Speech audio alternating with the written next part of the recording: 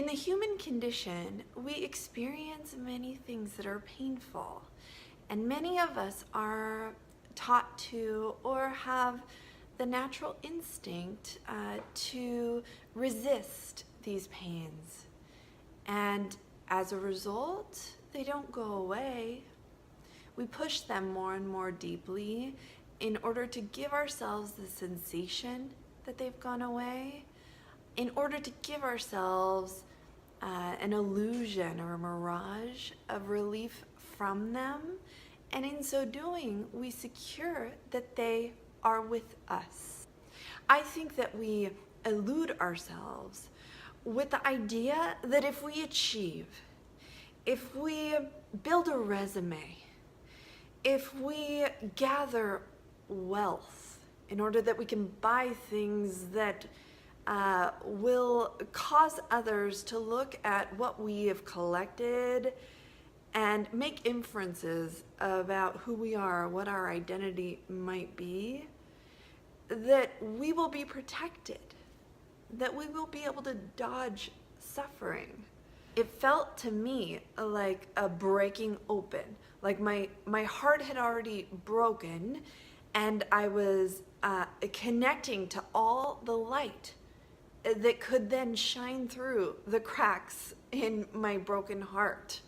And the imagery that I connected to was that I had the choice to build scar tissue into all of those cracks, or to break them open further and find that the infinite light, our source of energy, was shining through. And I began to connect to that sensation of a broken heart as not only a bad thing, but an enormous gift as it expanded everything that I was experiencing.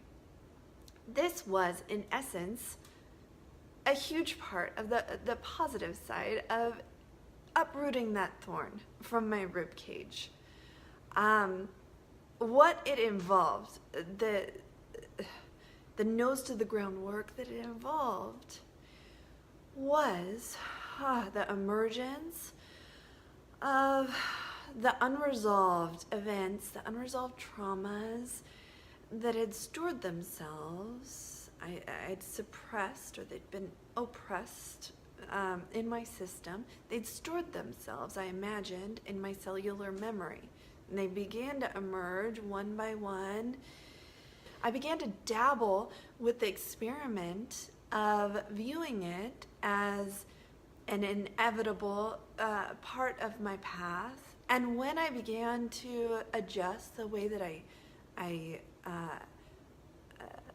I addressed it as it emerged, the quality of it shifted. I think that this is what Michael Singer refers to as moving behind the experience of the melodrama, moving into the seat of consciousness that is watching everything as it emerges on our screen of experience from behind. Something that I engaged in that was consistent no matter the notes that emerged on the screen of my experience and whether I could identify them as positive or negative was wonder. How interesting that's coming up.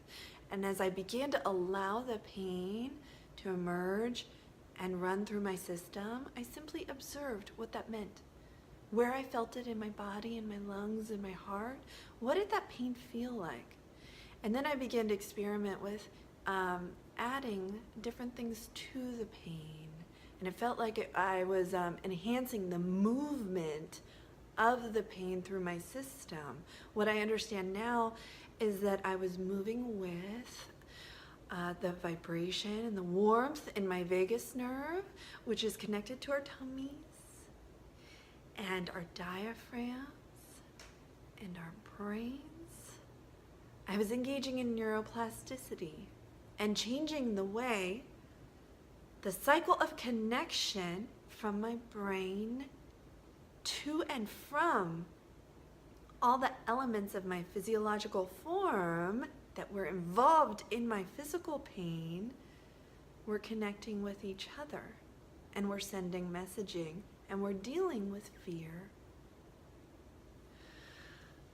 this is the abbreviated story of my own experience of uprooting my thorn.